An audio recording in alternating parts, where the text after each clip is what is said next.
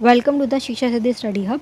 आज हम कर रहे हैं पार्ट 10 इस सीरीज़ का, जो कि अच्छा और इम्पोर्टेंट क्वेश्चन था। इसमें दो छोटी छोटी वीडियोज़ हैं सारी, ये भी छोटा ही पार्ट होगा। दो क्वेश्चन करने हैं इसमें हमें, जो कि इम्पोर्टेंट है। गांधी जी का रचनात्मक कार्यक्रम, इसमें क्या बात की जाएगी? शॉर्ट नोट पूछा लगाया ये। जितने भी मैंने इसके क्वेश्चन देखे ना रचनात्मक कार्यक्रम के, वो शॉर्ट नोट में ही देखे हैं मैंने। बिग में तो मुझे नहीं दिखाई एक भी, बाकी से अच्छे से करेंगे। गांधी जी द्वारा बताया गया ये एक कार्यक्रम है। उस पर क्या कह रहे हैं? गांधी जी ने स्वतंत्रता के साथ समाज सुधार को भी अनिवार्य माना। इन्होंने बोला कि हाँ, हमें स्वतंत्र तो होना है, लेकिन ये जो समाज में गलतियाँ हैं, जो भी गलत चीज़ें हैं, उसको हमें ठीक भी तो करना है, उसको सुधारना है। समाज में बहुत ज़्यादा कुरीतियाँ थी उस टाइम पे। लड़कियों की कोई वैल्यू नहीं थी, बहुत बुरा व्यवहार हो रहा है, और इक्वालिटी तो बिल्कुल नहीं थी, और ऊंच नीच थी बहुत हाई लेवल पे। उस टाइम में इंसान को इंसान नहीं समझा जाता था। ऊंचे जो जाते वाले थे ना, वो नीचे जाते वालों को कुछ भी नहीं समझते थे, बिल्कुल बहुत बुरा हाल था। तो इन्होंने ये वाली बातें बोली थी हरिजन वाली के, ये जो दलित वर्ग है, ये तो हरिजन है, ये तो भगवान के जन है, कोई गंदे थोड़ी है, ये इनके साथ ऐसा बिहेव क्यों किया जा रहा है? तो ये सारी चीज़ों को ही सुधारना चाहते थे। उस टाइम पे बहुत ज़्यादा बुरा हाल था इन चीज़ों का।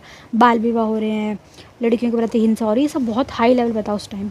उनका रचनात्मक कार्यक्रम, कंस्ट्रक्टिविज्म प्रोग्राम जो था, वो समाज को आत्मनिर्भर बनाने के ऊपर था। कि समाज को हमें क्या करना है बेटा? आत्मनिर्भर बनाना, किसी पे डिपेंडेंसी ना हो, न्यायपूर्ण हो, अहिंसक बनाने के लिए एक व्यापक प्रयास था। ये इसके मेन पॉइंट है, इसको लिख लीजिए कि ये क्या चाह रहे थे इस प्रोग्राम के द्वारा, कि हम न्याय बना देंगे, आत्मनिर्भर बना देंगे, और अहिंसा बिल्कुल नहीं होने देंगे।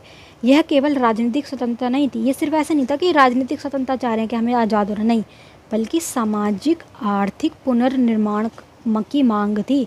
कि ये जो हमारा समाज है, इसमें जितनी भी कमियां हैं ना, इसको ठीक करेंगे। समाज में सारे लोगों को बराबर कर दिया जाएगा। आर्थिक पुनर्निर्माण, जो गरीब है उनको वापस से उठाया जाएगा, क्योंकि गरीब बहुत बहुत ज़्यादा गरीब थे। ठीक है, तो इसमें क्या था? 18 मुख्य स्तंभ थे। ऐसा नहीं आपको 18 याद करने नहीं करने, बस आप इसको देख लीजिए कि इसके ये लिख लो मेन बात। 18 मुख्य स्तंभ थे। रचनात्मक कार्यक्रम के प्रमुख क्षेत्र जिन पर गांधी जी ने विशेषता पर बल दिया, 18 थे। ये अभी हम कर रहे हैं आगे। 1941 में प्रारंभिक वर्ष था, 1941 में फर्स्ट ईयर था इसका, जब गांधी जी ने रचनात्मक कार्यक्रम को औपचारिक रूप से प्रस्तुत किया, मतलब इसको लागू कर दिया। 30+ वर्ष हो गए, 30+ वर्षों तक प्रभाव रहा है इसका। दशकों तक यह कार्यक्रम भारतीय समाज सुधार का आधार बना रहा। भारत में समाज सुधार करने के लिए 30 साल तक लगभग चलता रहा। ठीक है, रचनात्मक कार्यक्रम के मुख्य घटक ये लिखने हैं आपको मेन, कि ये आखिर है क्या। आर्थिक और ग्रामीण पुनर्निर्माण चाह रहे थे। आर्थिक और ग्रामीण, पैसों से रिलेटेड, और गाँवों में खादी का उपयोग किया जाए, ग्राम उद्योगों का बढ़ावा दिया जाए, गांव में छोटे छोटे उद्योग लगाए जाए जिससे जनता का फ़ायदा हो, बाहर से कुछ ना खरीदे। विदेशी वस्तुओं का उपयोग ना हो, स्वदेशी वस्तुओं का उपयोग किया जाए, केवल और केवल स्वदेशी, विदेशी नहीं होनी चाहिए। ग्राम स्वराज की स्थापना हो। ग्राम स्वराज क्या है? गांवों के लेवल पर उनको स्वराज दिया जाए, कि वो अपना काम खुद कर सके, वो अपना निर्णय खुद ले सके, कोई और उनके डिसीजंस ना ले, उन्हें आज़ाद कर दिया जाए। और स्वराज हो, स्व मतलब राज क्या? खुद का राज, स्व का राज, स्वराज। किसानों और मजदूरों का कल्याण की बात की। जो सबसे निचला वर्ग था ना, वो यही था, तो इनके कल्याण की बात की। आर्थिक समानता और सामाजिक न्याय की बात की। देखो, एक समाज के अंदर ये लोग रह रहे हैं, 10 हैं, 10 में से 8 को तुमने बोल दिया ये शूद्र जाति वाले, 2 पंडित हैं, वो ऊपर की जाति वाले, इनके साथ बहुत बुरा व्यवहार हो रहा है। तो ये तो पाप है ना। सामाजिक न्याय कैसे हुआ? न्याय तो तब आएगा जब 10 के 10 बराबर हो, 10 के 10 इक्वल होंगे ना। आप ऐसे नहीं कर सकते। तो ये इन्होंने सामाजिक न्याय की बात की थी, जिसमें जाति व्यवस्था को ख़त्म करना चाहते थे। आर्थिक समानता हो, कुछ लोग बहुत गरीब है, कुछ हद से ज़्यादा अमीर है, ये गलत है, इसको ठीक किया जाए। अब क्या है? सामाजिक सुधार और शिक्षा चाहते थे। अस्पृश्यता का उन्मूलन चाहते थे। अस्पृश्यता जो था, छुआछूत वाली दिक्कत, उसको ये उन्मूलन चाहते थे कि इसको ठीक करो। सांप्रदायिक दंगे बहुत ज़्यादा थे, हिंदू मुस्लिम के बीच में बेहिसाब वाली नफरत थी जो अंग्रेजों ने उत्पन्न की थी, डिवाइड एंड रूल वाली, उसको ये चाहते थे ठीक हो। महिलाओं का सशक्तिकरण चाहते थे, क्योंकि महिलाओं की हालत बुरी थी उस टाइम पे। बुनियादी शिक्षा चाहते थे, नई तालीम, कि ना 1 to लेके 5 तक वालों को इतना तो आए कि वो हिंदी इंग्लिश पढ़ सके। बिल्कुल भी पढ़े लिखे लोग नहीं थे, बिल्कुल अनपढ़ लोग थे उस टाइम पे। तो ये बुनियादी शिक्षा चाह रहे थे कि सबको दी जाए, सिर्फ ये नहीं कि स्कूल में बच्चे जाए, जो बची हुई जनता ना उन्हें भी पढ़ाया जाए, नई तालीम दी जाए। स्वच्छता चाहते थे, स्वास्थ्य सुधार चाहते थे कि हॉस्पिटल्स हों, सफाई हो। शराबबंदी चाहते थे कि भाई नशा नहीं करना, नशा बहुत गलत चीज़ है, शराब को बंद करो। सत्य चाहते थे, अहिंसा चाहते थे। समाज का एक अच्छा समाज बनाना चाहते थे। वैश्वीकरण, अर्थ और परिभाषा। ग्लोबलाइजेशन वाला क्वेश्चन आ गया, बिल्कुल आसान क्वेश्चन है, ये सब ने किया हुआ है, बस इसको आपको अच्छे से पेपर में लिख के आना। सबसे आसान क्वेश्चन मुझे यही लगता है, क्योंकि कुछ भी नहीं है इसमें, आसान ही है ये बिल्कुल। वैश्वीकरण, ग्लोबलाइजेशन वह प्रक्रिया है जिसमें विदेश के देशों के बीच में व्यापार होता है, तकनीक बांटी जाती है, संस्कृति का आदान प्रदान होता है, पूंजी और विचारों का आदान प्रदान होता है। यह एक बहुआयामी प्रक्रिया है जो आर्थिक, सामाजिक, राजनीतिक और सांस्कृतिक क्षेत्रों में एक दूसरे से जुड़ी होती है। इसको as it is copy paste कर लो बेटा, यही लिख के आ जाना डेफिनेशन के अंदर, आसान है बिल्कुल, सही है। इसमें क्या होता है बेटा, विश्व को एक कर दिया गया, विश्व का एकीकरण हो गया, वैश्वीकरण हो गया, पूरा विश्व एक ग्लोबल बन गया। पहले इतना नहीं था, डिजिटल वर्ल्ड जब से आया तब से हम सब एक हो चुके हैं। हमारे पास इंस्टा अकाउंट है, पूरी दुनिया में क्या चल रहा है हमें सब पता चल जाता है उससे, पहले नहीं पता चलता था, इन्फॉर्मेशन नहीं आदान प्रदान हो पाती थी, लेकिन अब होता है। संस्कृतियों का एकपन हो गया, उनकी संस्कृति को हम फॉलो कर रहे हैं, हमारी वाली वो भी मान रहे हैं, हमारे यहाँ का खाना पीना वो खा रहे हैं, वहाँ पे हम उनका खान पान खा रहे हैं। तो ये क्या, एक गाँव बन गया पूरा विश्व। आर्थिक वैश्वीकरण में क्या हो रहा है, व्यापार हो रहा है, निवेश हो रहा है, वित्तीय अंतर्राष्ट्रीयकरण हो रहा है, एमएनसीज और वैश्विक बाजारों का विस्तार हो रहा है, मतलब व्यापार बढ़ता ही जा रहा है, एक देश दूसरे देश में व्यापार करने जा रहा है। संस्कृत वैश्वीकरण में क्या रहा है, संस्कृति चेंज हो रही है, हमारा कल्चर उनके कल्चर से मिक्स हो रहा है, ठीक है। विचारों में, जीवन शैली में, देखो हमारे विचार उनके जैसे हो रहे हैं, जैसे वहाँ पे अच्छे से रहा जाता है, लोग अच्छे से रहते हैं, वेस्टर्न साइड्स में लड़कियों को अच्छे से जीने दिया जाता है, वैसे हम भी रहेंगे। अब बदल रहा है ना, सोच बदल रही है लोगों की, क्यों हम ऐसे बुरी तरीके से रहे, हम अच्छे से रहेंगे। जीवन शैली, अगर वो अच्छे से रह रहे हैं तो हम उनका जीवन शैली, लाइफस्टाइल देख के प्रभावित हो रहे हैं कि हम भी भाई अच्छे से रहेंगे, आदान प्रदान हो रहा है। पश्चिमी संस्कृति का प्रभाव हो रहा है, देखो अगर उनकी संस्कृति यहाँ पे इतनी ज़्यादा पॉपुलर हो रही है तो कोई तो बात होगी ना। रीज़न यही है कि उनकी संस्कृति ज़्यादा बेहतर है, क्योंकि यहाँ पे लड़कियों के साथ बहुत बुरा व्यवहार किया जाता है, लड़कियों को कुछ नहीं समझा जाता, हिंसा झेलनी पड़ती है। लेकिन वहाँ ऐसा नहीं है, वहाँ पे उनकी खुद की मर्जी है, अगर लव मैरिज करनी है तो कर सकते, कोई बुरी बात नहीं मानी जाती, वहाँ पे नॉर्मल है, लव मैरिज इज़ नॉर्मल। यहाँ पे लव मैरिज इज़ पाप है ना। यहाँ के लोगों का मुझे समझ नहीं आता क्या सेंस है, बस पूजा करते हैं भगवानों की उनकी, जो उनकी खुद की लव मैरिज है। शिव पार्वती, शिव जी की और सती की लव मैरिज थी, पार्वती उनकी सेकंड वाइफ थी, वो भी लव मैरिज थी। राधा कृष्ण लव मैरिज वाले, लेकिन बच्चे नहीं कर सकते लव मैरिज। जिनकी पूजा करे जिन भगवानों की, वो प्रेम वाले, राधा कृष्ण प्रेमी तो थे, कौन थे वो। मगर हमारे देश में ये ऐसा क्यों है, इनकी सोच कैसे बदली जाए, मतलब कोई चांस नहीं इनका बदलने का। अरेंज मैरिज करवाएंगे, फिर लड़की नाराज़ हो जाएगी, उसे अपना बॉयफ्रेंड पसंद है तो लड़की जाके फिर पहाड़ों से धक्का दे देगी लड़के को। ये चल रहा है हमारे यहाँ पे, मतलब मान नहीं रहे ना, सोसाइटी के अंदर ये बना हुआ है कल्चर कि शादी तो अरेंज ही होगी, और अगर अरेंज नहीं हो रही तो इसका मतलब वो इंसान गंदा है, वो गलत है। अरे भाई, कोई इंसान पिछले 10 साल से किसी एक ही इंसान के साथ रह रहा है रिलेशनशिप में, वो ज़्यादा बेहतर है या वो इंसान बेहतर है जिसने 50 लोगों को डेट कर लिया, उसके बाद वो ऊपर जाके एक अरेंज मैरिज कर रहा है किसी एक के साथ, वो बेहतर है कि वो बेहतर है। पर ये सब समाज है, तो ये कि वेस्टर्न कल्चर यहाँ पे अब आ रहा है, बातें हो रही है वेस्टर्न वाली, कि वेस्टर्न में जैसा शादियों का कल्चर है, कपड़ों का जैसे कल्चर है, शिक्षा का जो कल्चर है वो बढ़ता जा रहा है।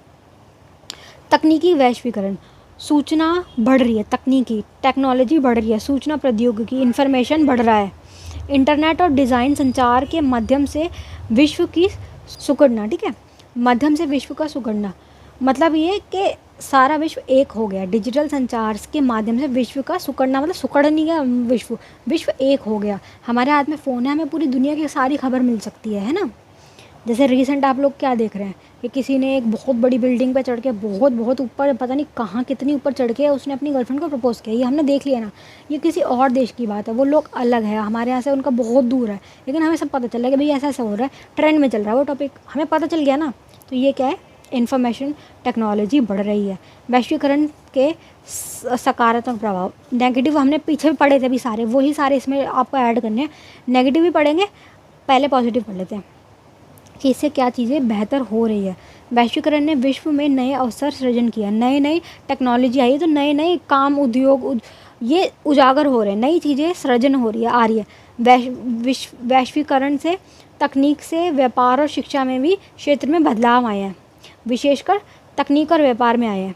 मेनली क्या लिखा हुआ है, अंतर्राष्ट्रीय व्यापार में वृद्धि हुई है, देशों के बीच में व्यापार बढ़ा है जिससे आर्थिक विकास हुआ है।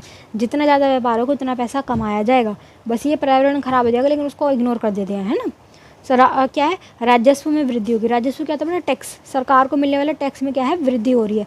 व्यापार बढ़ रहा है, ये देखो कितने बड़े लेवल पे व्यापार हो रहा है, कितने सारा सामान बिक रहा है, फिर क्या हुआ है, तकनीक और नवाचार आया, न्यू चीज़ें आई हैं, तकनीक आई, टेक्नोलॉजी आई, जिससे फ़ायदा हो रहा है। एआई वगैरह आया तो उससे फ़ायदा तो हो ही रहा है। नई तकनीक का विकास और हस्तांतरण हुआ है। डिजिटल क्रांति ने जीवन को सरल किया है। हाँ ऑब्वियसली जो भी डिजिटल चीज़ें आ रही है उससे चीज़ें पहले से बहुत ज़्यादा ईजियर हो गई है। जो आपको बहुत मुश्किल से पता चलता था वो चैट जीपीटी आपको एक बार में बता देता है। शिक्षा और ज्ञान का प्रसार हुआ है, शिक्षा बढ़ी है। ठीक है, वेस्टर्न कल्चर था शिक्षा पे, हमारा यहाँ पे बहुत बुरा हाल था, लेकिन अब बड़ा है। लड़कियों को भी पढ़ने का मौका दिया जा रहा है। विद्यालयों में, विश्वविद्यालयों में, कॉलेजेस में शोध और ज्ञान की बातें हो रही हैं। शोध का तो रिसर्च हो रही है, ज्ञान मतलब नॉलेज की बात हो रही है, आदान प्रदान हो रहा है, शिक्षा का स्तर सुधरा है। बात हुई ना कि भाई शिक्षा इंपॉर्टेंट है। वैश्विक सहयोग बढ़ रहा है, अंतर्राष्ट्रीय संगठनों और देशों के बीच में सहयोग बढ़ रहा है। वैश्विक नीतियों के हिसाब से सहयोग कैसे बढ़ रहा है कि एक देश कह रहा है कि भाई देख मेरे साथ तू हाथ मिला ले, फ़ायदा इसी में है, तू मेरे यहाँ व्यापार कर, मैं तेरे यहाँ व्यापार करूँगा, हम दोनों का फ़ायदा होगा। लड़ाई ना करके व्यापार अगर किया जाए तो बेहतर है। तो इससे क्या रहा है, व्यापार बढ़ा है, वैश्विक सहयोग बढ़ा है, लोग आपस में कम टकरा रहे हैं। कारण ये क्योंकि वो डर रहे हैं कि अगर इससे लड़ाई कर ली तो ये हमारे पास व्यापार नहीं करेगा, हमारा नुकसान होगा, हमें टैक्स नहीं मिलेगा, हम इसके वहाँ व्यापार नहीं कर पाएंगे, हमारे पैसे नहीं आ पाएंगे। तो अगर आप कोई सामने वाला देश आपको बिजनेस पार्टनर है तो आप उसे लड़ाई नहीं करेंगे। अगर बिजनेस पार्टनर ना होता तो फिर छोड़ देते फिर अपनी सेना उसके ऊपर, है ना। अब इसके नकारात्मक तथ्य पड़ेंगे, नकारात्मक बहुत सारे हैं। जो पीछे पड़ा है ना उसका अपोजिट कर दो कि हाँ भाई आर्थिक विकास हो रहा है, लेकिन पर्यावरण का क्या। नकारात्मक में क्या आ रहा है, स्थायी प्रौद्योगिकियों का नुकसान। जो चीज़ें स्थायी थी, छोटे व्यापारिक वाले थे, छोटे व्यवसाय थे, छोटे छोटे लघु उपयोगी वाले थे, उनको रिप्लेस कर दिया एमएनसी ने। उन्होंने क्या है, प्रतिस्पर्धा दी है, उनको बहुत बड़े लेवल पे कंपटीशन दिया जिसे वो झेल ही नहीं पाए, वो बंद हो गए छोटे छोटे उद्योग। आर्थिक असमानता, धन केंद्रीकरण हो गया, अमीर लोगों का फ़ायदा हुआ है ग्लोबलाइजेशन से। जो निचला वर्ग है उसको कोई फ़ायदा नहीं हुआ, बल्कि उसके लिए मुश्किल ही हो गया और सामान खरीदना, क्योंकि उसका खुद का काम बंद हो गया, धंधे ठप हो गए उनके। संस्कृति पहचान कमज़ोर हुई है, संस्कृति चेंज हुई है। हमारे यहाँ की जो संस्कृति थी वो बदल गई, पश्चिमी का ज़्यादा प्रभाव हो गया, पश्चिमी जो संस्कृति है उसको माना जा रहा है। जैसे वैलेंटाइन डे सेलिब्रेट करना, क्रिसमस डे सेलिब्रेट करना, उनके जितने भी फेस्टिवल्स आ रहे हैं ना, हैलोवीन वगैरह, वो हम सेलिब्रेट कर रहे हैं। हालांकि हमारे यहाँ के जो फेस्टिवल्स हैं जैसे सकरात हो गई और पतंग उड़ाते हैं हम, जो वो ये सब चीज़ें वो नहीं करते हैं वहाँ पे। हमारे यहाँ के वो वहाँ फेमस नहीं हो रहे हैं, उनके वाले हम यहाँ फेमस कर रहे हैं। ठीक है, तो ये कि उनके जैसे कपड़े पहनना, उनकी चीज़ों को अपनाना, तो अपना कल्चर भूल के उनका अपनाया जा रहा है। पर्यावरण प्रदूषण बढ़ता जा रहा है, ये मोस्ट इंपॉर्टेंट टॉपिक है, इसे सबसे ऊपर लिखना। ठीक है, पर्यावरण खराब हो रहा है, औद्योगिकरण के विस्तार के कारण हद से ज़्यादा ग्रीन हाउस गैस का उत्सर्जन हो रहा है, पानी खराब हो रहा है, दोहन कर रहे संसाधनों का, गरीब देशों का आर्थिक शोषण हो रहा है, असमानता बढ़ती जा रही है, गरीब देशों का शोषण हो रहा है। बड़े जो देश हैं छोटे देशों का शोषण कैसे कर रहे हैं, इनके जो संसाधन हैं उनको लूट रहे हैं, अपने वहाँ ले जा रहे हैं, अपने वहाँ काम कर रहे हैं, उसको निर्माण कर रहे हैं, फिर दूसरे देशों में बेच रहे हैं, इनको लूटा जा रहा है।